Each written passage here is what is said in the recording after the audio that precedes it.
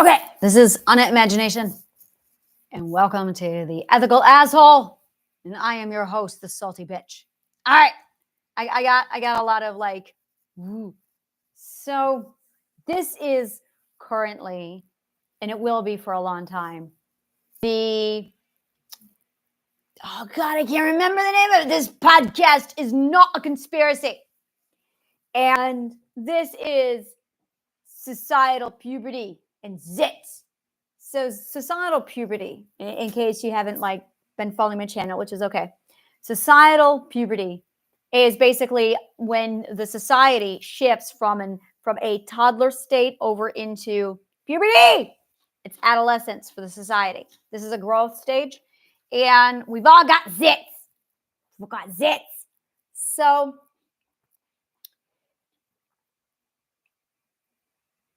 I had this sit down, talk to all my people. A few questions came up, and I'm just like, I'm starting to like. I did a lot of tree planting yesterday.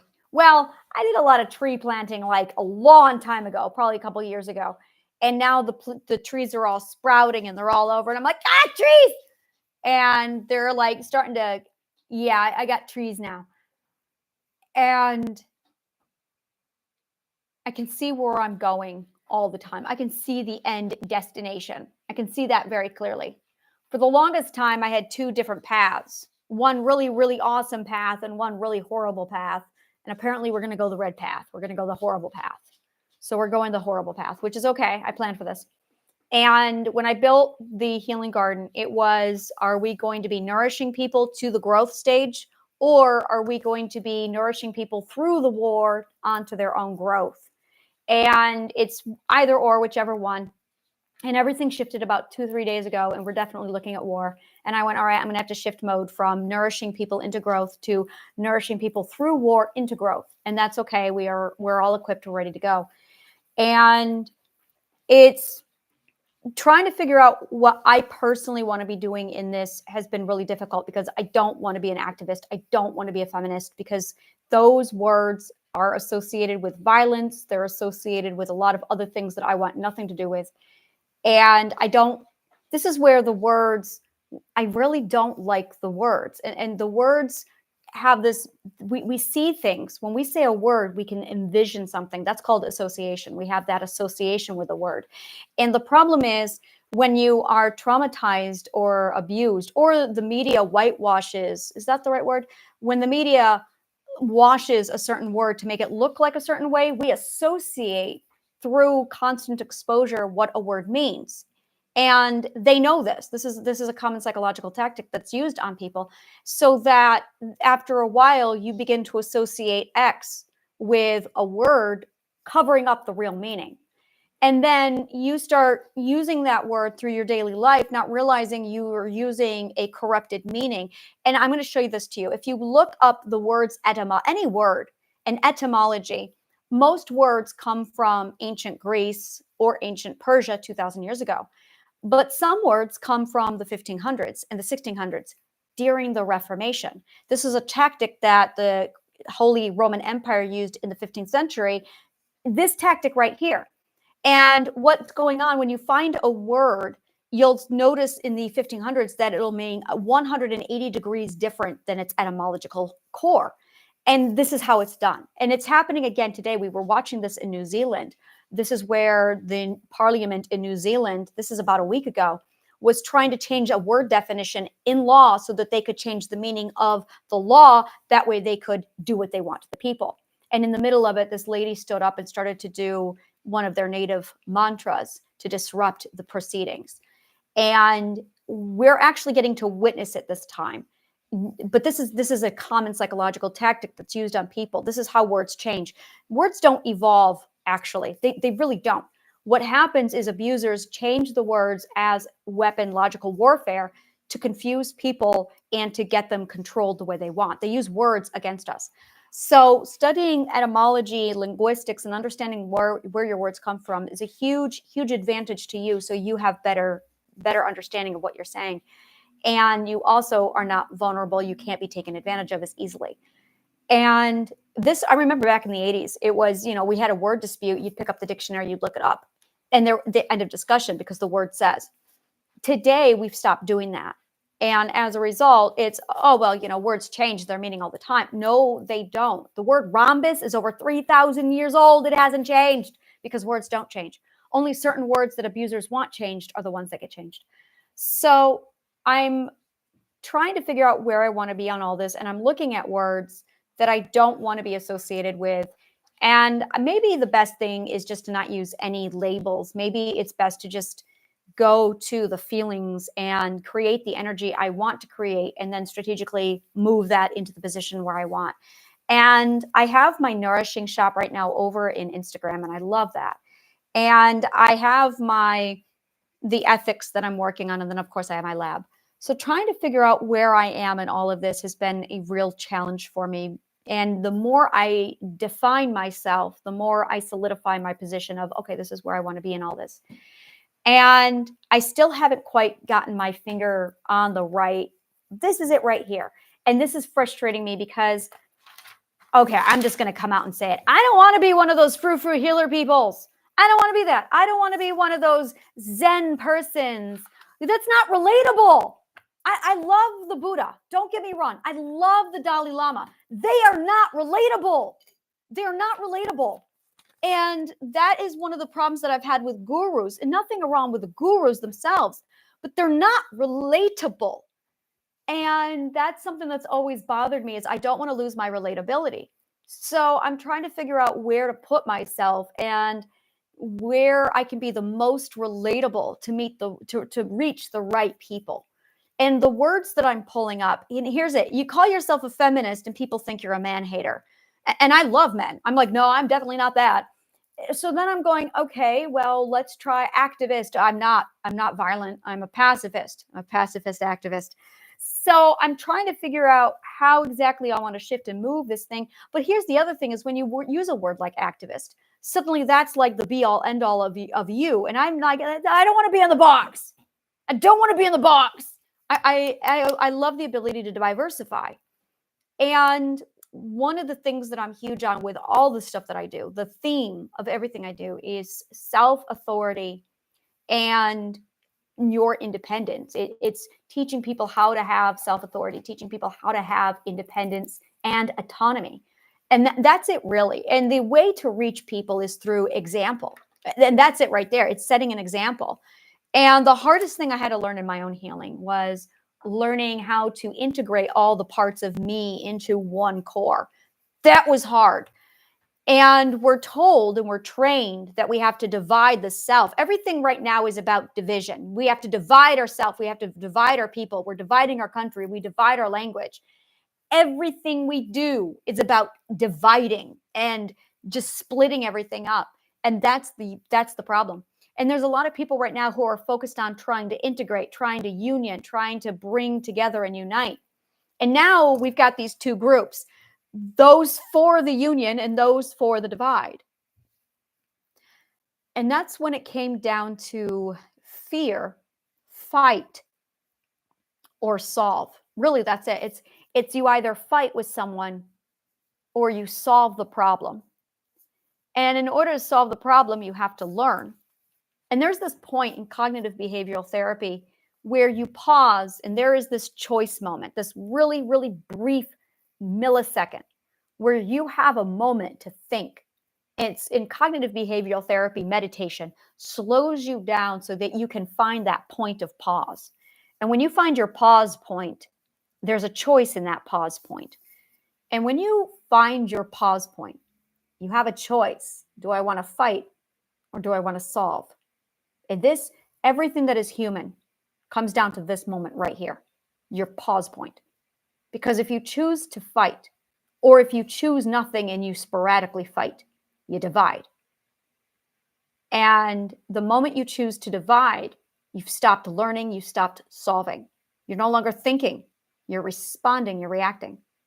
So with cognitive behavioral therapy, the whole point of it is to get to that point where you slow down enough to find the pause point. And then when you find the pause point, you want to insert solve and learn. You want to observe. It's like that moment in the Matrix when Neo sees the bullets being fired and he stops time. It's just like that. It really is like that when you learn how to do this. And suddenly you see the bullets in front of you and you can pick up the bullet and just look at it. And that's when you look at your partner or an abuser who's around you, somebody who's yelling at you, and you can just step back and just like Neo, you just stop and you look and you observe because you're at the pause point. And that's when you realize you can take all the time you want to just sit back and observe. And then you get curious and you analyze. And then as you analyze, you start to think. And it's in that moment that change occurs. That's where you learn, right there at that pause point. That is where we learn. And when you learn how to master this space of the pause point, that's when you unite. That's when you problem solve. That's when you literally navigate and control your own life. That's where authority is.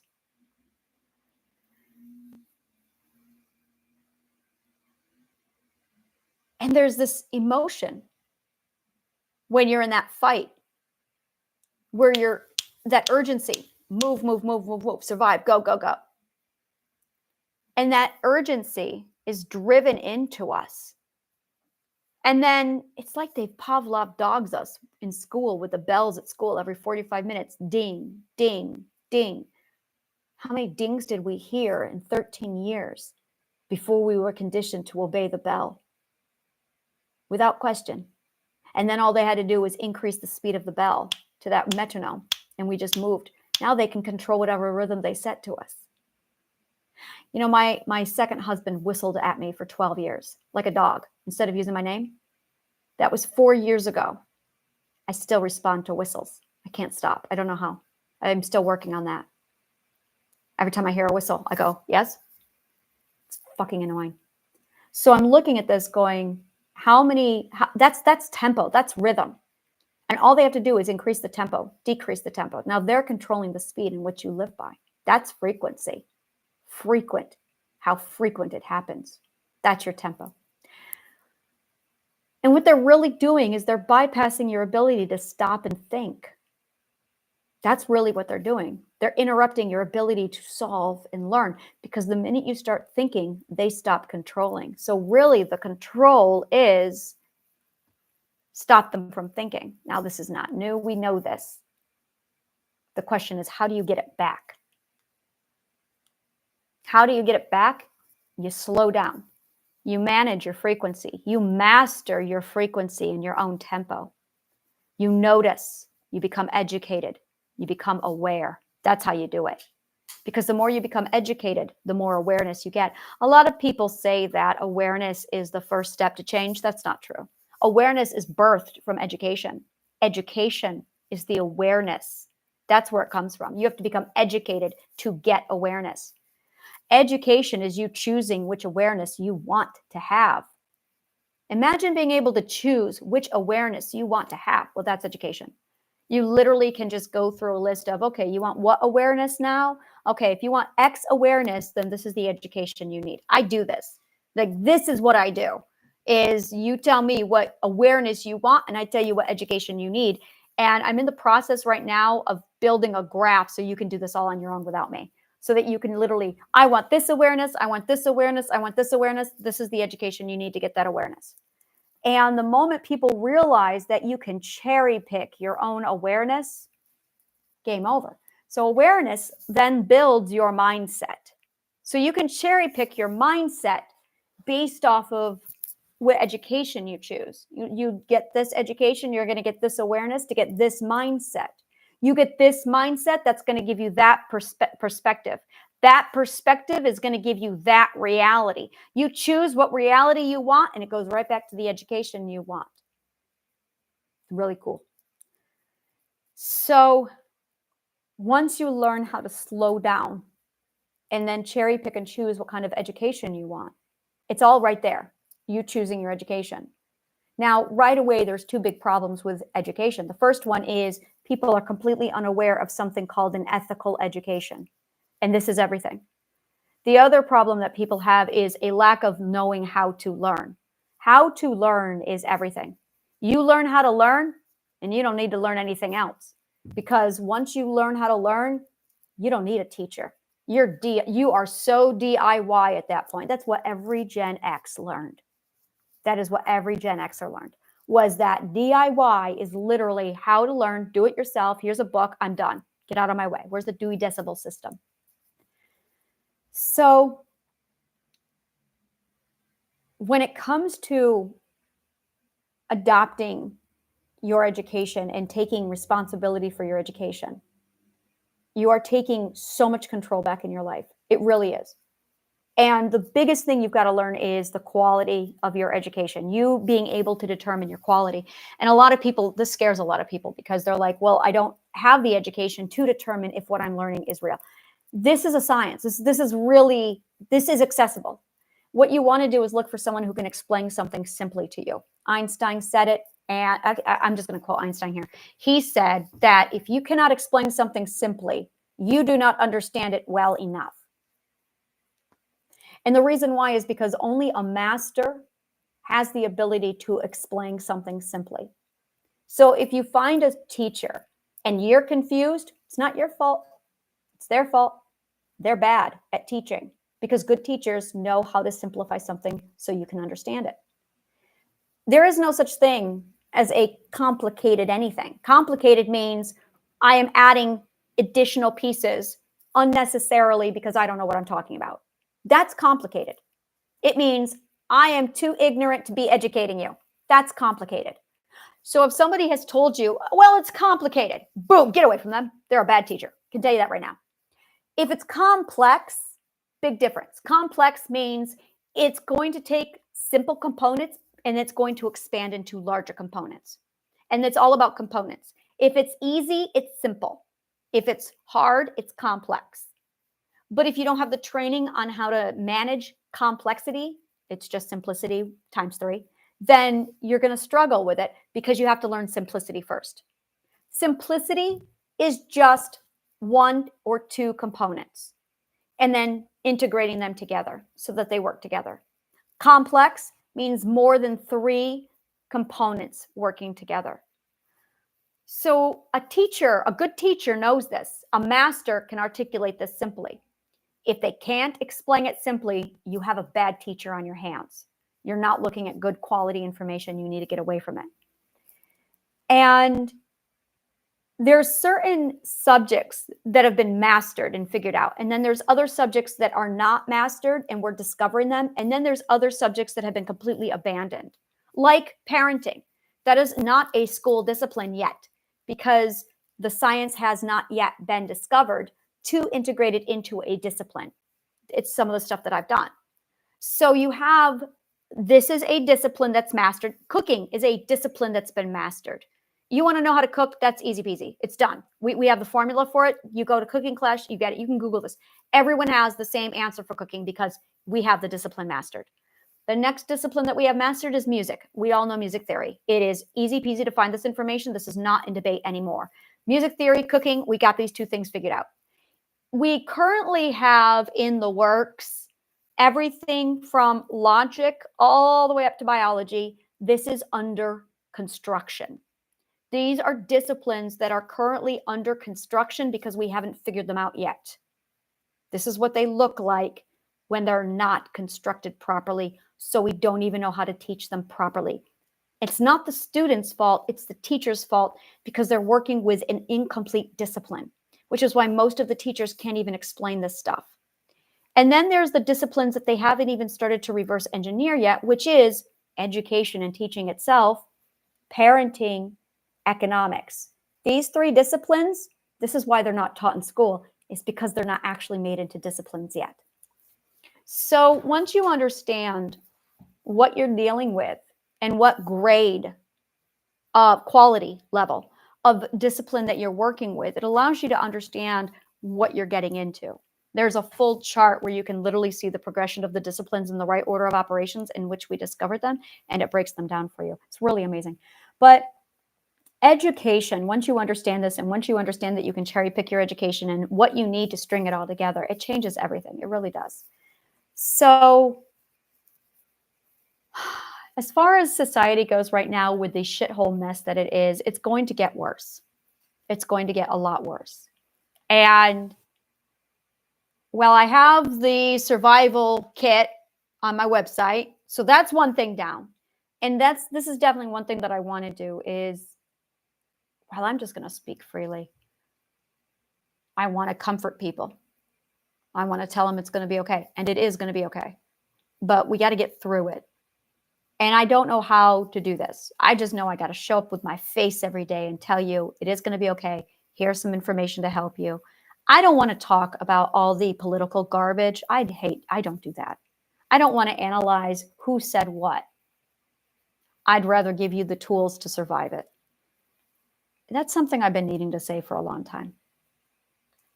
I don't want to analyze how the educational system is shit. We know it's shit. And I don't want to talk about what we should do to fix it because I already figured all that out and I already built my own course. And now I've taken that course and I'm sitting here and I'm translating pieces of that course here for you, and it's free. And I'm translating that pieces of that course here for you because you need to know ethical education and you need to know societal solutions because you're in it, you're living it. And if you don't have the education, you're not going to have the ability to build the stepping stones you need to get you through life, to navigate life so that you can be okay. And there's a lot of different components here. There's a universal clock that tells us exactly when's going to happen, what's going to happen, and in what order. It's the same clock that the Mayans used. It's that clock. And either you know how to read it or you don't. And it's highly complex, very complex, really complex. You need all the logic and all the math to be able to build it. And you need astronomy and Plato's astrology to put it together. So, and you need ontological physics also. Like I said, it's highly complex. But then once you translate it and you break it down and people just explain to you, yeah, this is coming. We make it. It's going to be okay. We do make it. At the end, it's going to be awesome. We're going to have a completely new system.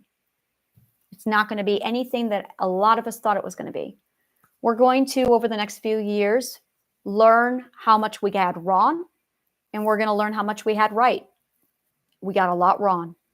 There's going to be wars and anger over control and rage and anger over people being upset because they're wrong.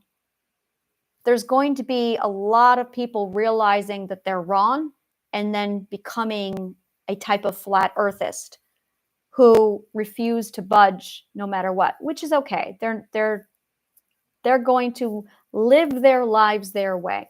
And that's not where we need to focus our attention. There's going to be people who want to do something, and those are my people. There's going to be people who want to prepare. There's going to be one of people who are like, what do I do with my children? How do I, your children?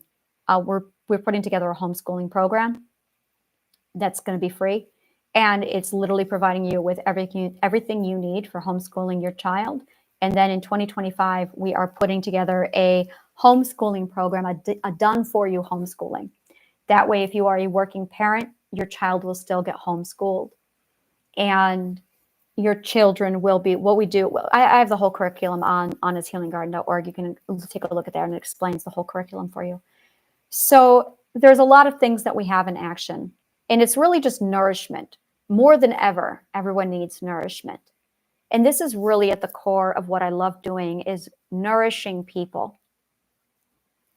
I hate the word help because help is enabling. Every time someone needs help, they're at that point where they need to solve and learn. And instead, you bypass that with help. That's actually here. I'll give you there it is right here. So you have fight, or you have solve and learn, but then you can bypass that with help. And this is where help is it takes you away from the solve and learn. But it's the solve and it's the learn that develops your problem-solving skills so you can learn how to navigate. So I don't like to help people. I hate it because it enables them and it cripples them. It improves my problem-solving skills while depleting yours. So I don't like help. I prefer nourishing. Nourishing is giving you the information you need to empower you for your self-authority, independence, autonomy. That way, you don't need me. You shouldn't need anyone. You should want and desire people for your own nourishment, not because you need it, but because it's what's going to make you happy. Big difference. So I am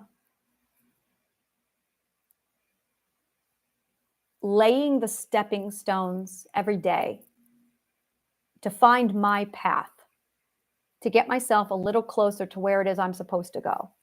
And I feel weird doing this because I've never in my life done anything like this. And it's what I've been seeing that I'm supposed to be doing my whole life. We all have callings and we all have missions. And some of us haven't discovered them yet. And some people are completely oblivious that they've got them. Other people know that they're meant for something, but they don't know what. That's your calling. Other people are going, I know I'm meant for bigger things, but I can't figure this out. We got you covered. And then there's people who know that they're supposed to be doing something and they're working toward it, but they haven't figured it out yet.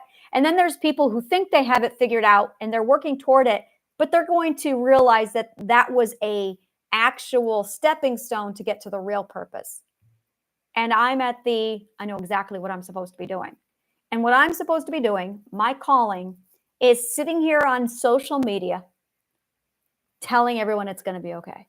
Giving people the resources they need to empower themselves, giving them direction, instruction, call to action. For those who want action, go over there. If you want ABC, go over there. If you just want education, we got resources over there. So it's me doing a whole lot of pointing and just telling people, we got you covered. It's okay.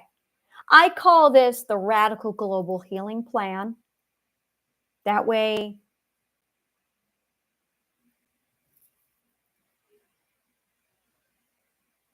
the biggest terror psychologically when we go through war is not knowing what's going on, not knowing how bad it's going to get.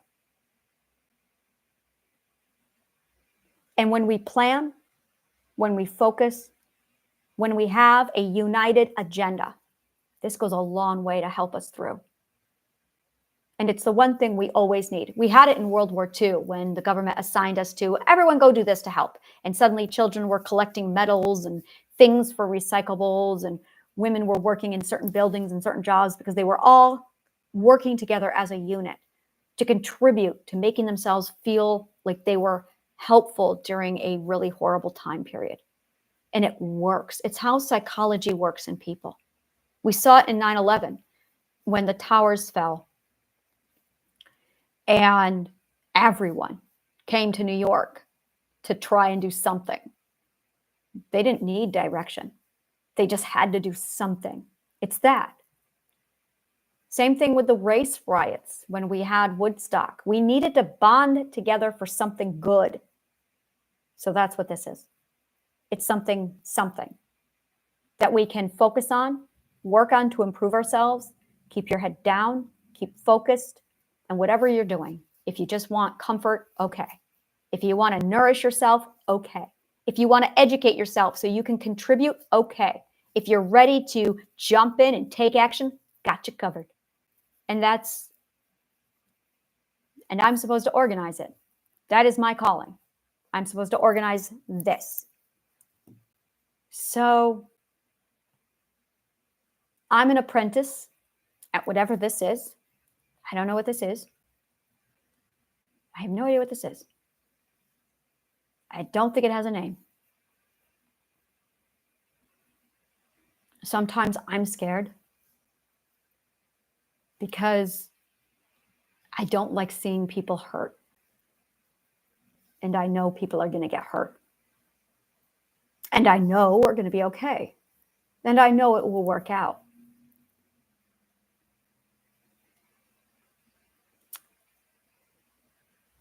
I know we're going to have to work for it.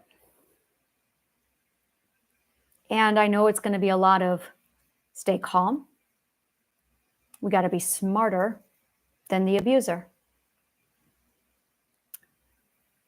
Because right now we're at a point where only the smart and only the educated are the ones who are going to make it. Really, that's what it comes down to. You want to know what this is. This is really what this is. According to the universal clock, they're weeding out the dumb ones. And only the educated are going to make it. because it's going to require education to get us through these tests. And these are the tests that Mother Nature has given us. And you don't make it through unless you are wise. So we're giving you as many resources as we possibly can to help. And I'm on Instagram. My link tree gives everything. I have daily updates there. As I post things, I put it there. So share this with whomever needs comfort, direction, nourishment, help, nourishment. And thank you. And may the kindest of words always find you.